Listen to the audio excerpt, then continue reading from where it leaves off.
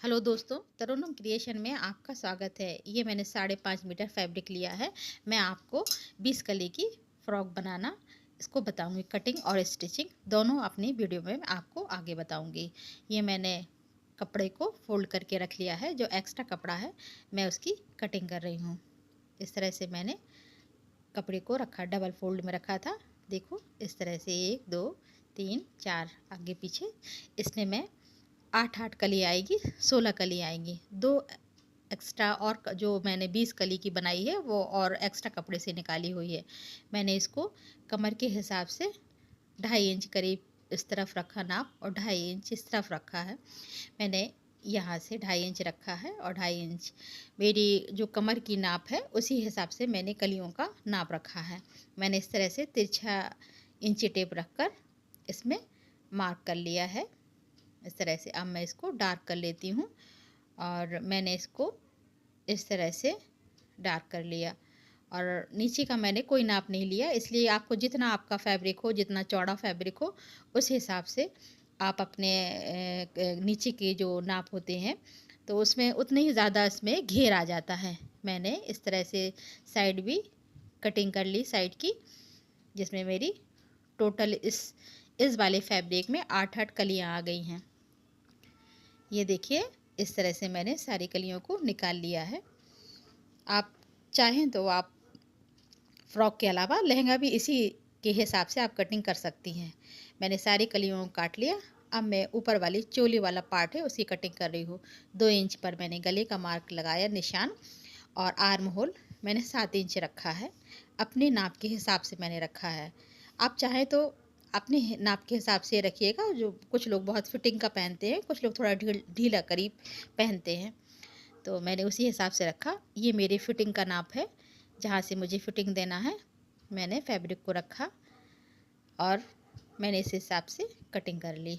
ये मैंने इसकी कटिंग कर ली। चोली वाला पार्ट है, और मैंने इसकी लंबाई 15 इंच रखी है चोली की, और टोटल फ्रॉक की लंबाई 49 इंच है। और ये एक्स्ट्रा कपड़ा है, मैं इसको निकाल देती हूँ। ये जो एक्स्ट्रा है इसकी मैंने कटिंग कर दी। ये थोड़ा सिल्क टाइप का फैब्रिक है, थोड़ा सा फिसल रहा था। ये आगे और दोनों का हिस्सा है। ये मेरी लंबाई आस्तीन की है। ये मैंने 20 इंच रखी है। मैंने टोटल तैयार मेरी 18 इंच आएगी। मैंने 3 इंच पर साइड में गहराई के लिए निशान लगाया, और फिर मैंने इस तरह से इसकी कटिंग कर दी।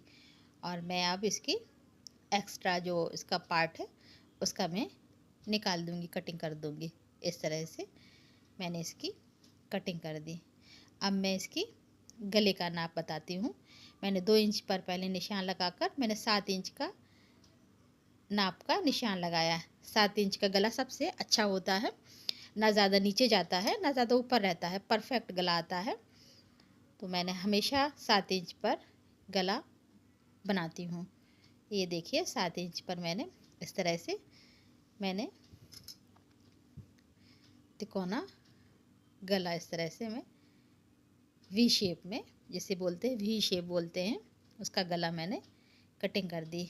ये मेरा देखिए आप इस तरह से मेरे गले का आ गया। ये मैं आपको बगैर बकरम के बनाना बताऊंगी। जब कभी ऐसा हो जाता है कि हमारे पास बकरम नहीं रहता है तो हम उससे भी बना सकते हैं। कपड़ा लगा कर भी आसानी से गले को बनाया जा सकता है। ये पीछे वाला पार्ट है, इसको भी मैंने 2 इंच रखा, और मुझे ज़्यादा गहराई में नहीं चाहिए था, ज़्यादा बड़ा गला नहीं चाहिए था, तो मैंने 3 इंच पर इस पर निशान लगाकर पीछे का गला गोल बनाया हुआ है। मैंने इसकी गोल गले की कटिंग कर दी। ये मैंने इस तरह से आराम से मैंने गोल गले की कटिंग कर दी। ये मैंने दोनों आगे पीछे का पार्ट तैयार कर लिया। अब मैं इसका बॉटम की कटिंग करना आपको बताती हूँ। ये नेफे वाला पार्ट है। इसकी टोटल लंबाई 38 इंच है।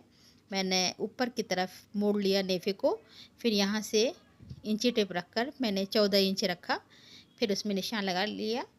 आसन का निशान 14 इंच ही रखते हैं, जिसमें ज़्यादा फंसता भी नहीं है और नीचे लटकता भी नहीं है, बेहतरीन आता है, सही फिटिंग आती है। और मैंने मोहरी का नाप 10 इंच रखा, और तैयार इसकी 9 साढ़े 9 इंच करीब आएगी इसकी तैयारी। ये मैंने इसकी कटिंग कर दी मैंने। अब मैं इसकी रुमाली वाला पार्ट निकाल रही हूँ। मैंने 7 इंच पर रुमाली का पार्ट निकाल लिया। अब मैं आपको कली जोड़ना बताऊंगी। ये देखो सीधे वाला हिस्सा है कली का जो मैंने काटा था, इसमें कभी भी ये सीधा वाला हिस्सा है, कभी भी सीधी कली नहीं जोड़ती। ये वाला सीधा पार्ट है, ये नहीं जोड़ेगा, ये वाला पार्ट जोड़ेगा जो औरे भी होता है। आप सारी कलियों को इसी हिसाब से जोड़ेंगे। एक सीधे वाले जो पार्ट होता है उसको औरे भी वाले पार्ट में रख कर जोड़ेंगे। सारी कलियों को इसी तरह हम जोड़ लेते हैं।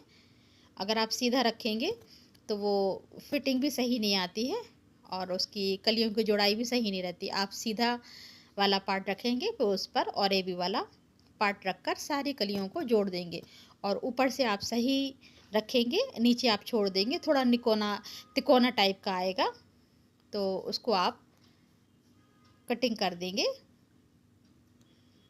उसको जो एक्स्ट्रा कपड़ा होगा वो निकाल देना आप। अगर हम नीचे से जोड़ेंगे तो ऊपर आने से सही जो हमारी कमर की नाप होती है वो नहीं आती है। मैंने इस तरह से पूरी कली को जोड़ दिया। इसी तरह मैं दूसरी कली को भी, तीसरी वाली कली को भी जोड़ेंगे। वो सीधा वाला पार्ट है, अब उल्टा ही वाला जो अरेबी वाला पार्ट होगा वही पार्ट आएगा। मैं इसी तरह सारी कलियों को जोड़ देंगे। अब आपको मैं गला बनाना बताऊंगी बगैर बकरम के। ये देखिए मैंने पहले से ही कच्चा सुई से कर लिया था।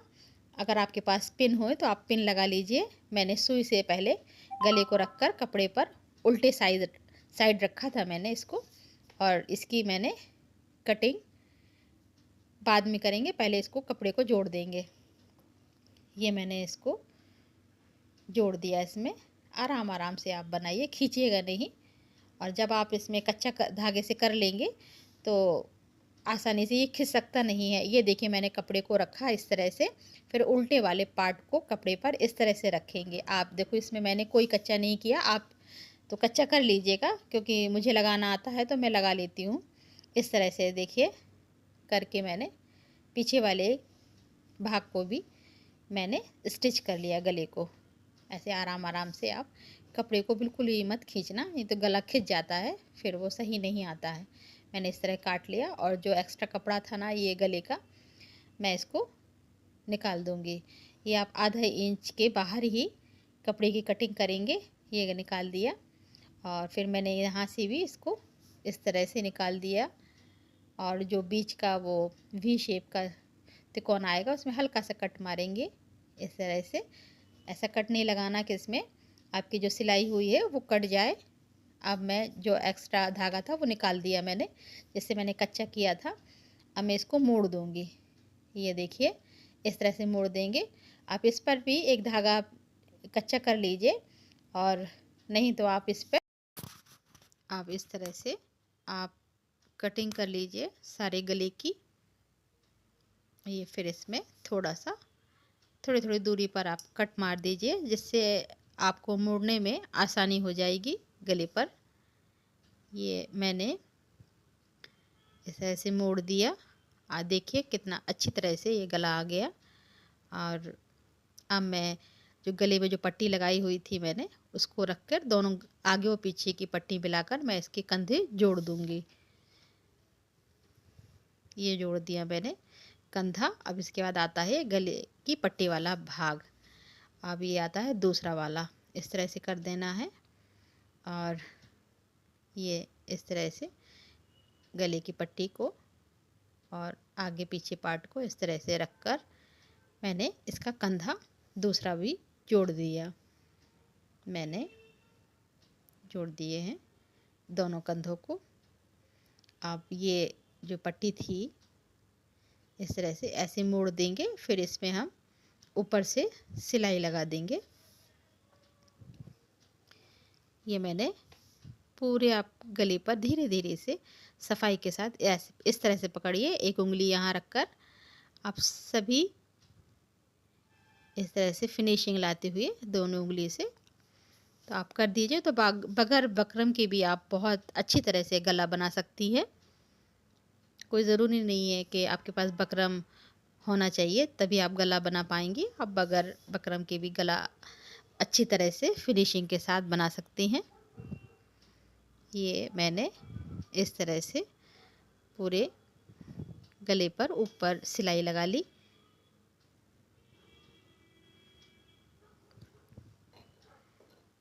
इस तरह से मैंने पूरी सिलाई को लगा लिया।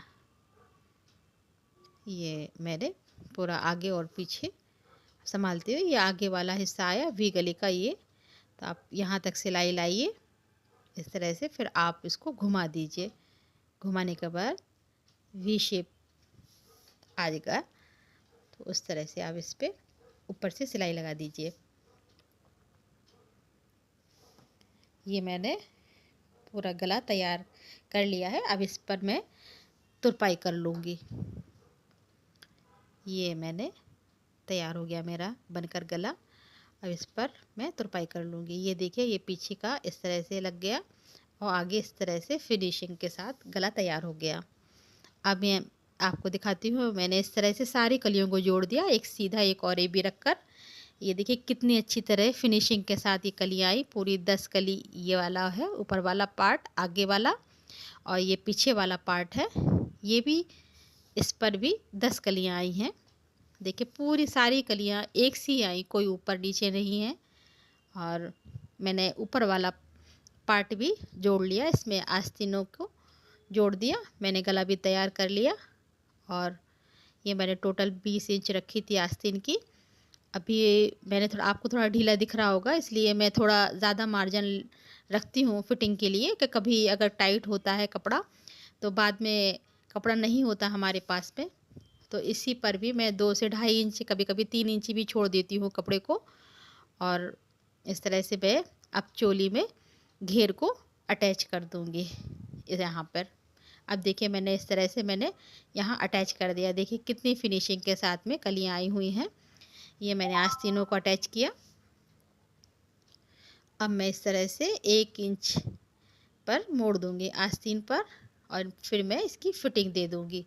आप फिटिंग पे निशान लगाकर आप कर दीजिए। देखिए मैंने इस तरह से जब कलियाँ जोड़ते हैं तो ये पार्ट निकल आते हैं, कोने उसके निकल आते हैं, तो इसको आप इस तरह से कटिंग करती जाइएगा।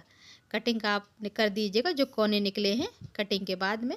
अब आपको मैं नीचे सिल देंगे। अब आपको बॉटम का पार्ट रख के हम सिलाई आपको बता रहे हैं। बॉटम का जो पहला पार्ट है उसी पर दोनों ही ये इस तरह से रुमाली लगाई जाती है, और फिर इस तरह से रुमाली लगाने के बाद में दूसरे पार्ट में फिर जोड़ देते हैं। पहले रुमाली को एक ही पार्ट में लगाया जाता है, ये इस तरह से पीछे के पीछे भाग में, और फिर ऊपर ये एक रुमाली से दोनों पार्ट को जोड़ देते हैं। मैंने देखिए इस तरह से अटैच कर ली रुमालियों को। ये मैंने जोड़ दी, और ये नेफे वाला पार्ट है, इसको मैंने उल्टी साइड पर मोड़ लिया था। 2 इंच पर मैंने इसको मोड़ा। आप चाहे तो इसमें इलास्टिक डाल सकती हैं, नहीं तो आप टाड़ा भी इस्तेमाल कर सकती हैं। इसी तरह मैंने 2 इंच पर नीचे भी मोड़ा, थोड़ा भारीपन आ जाता है बॉटम पर।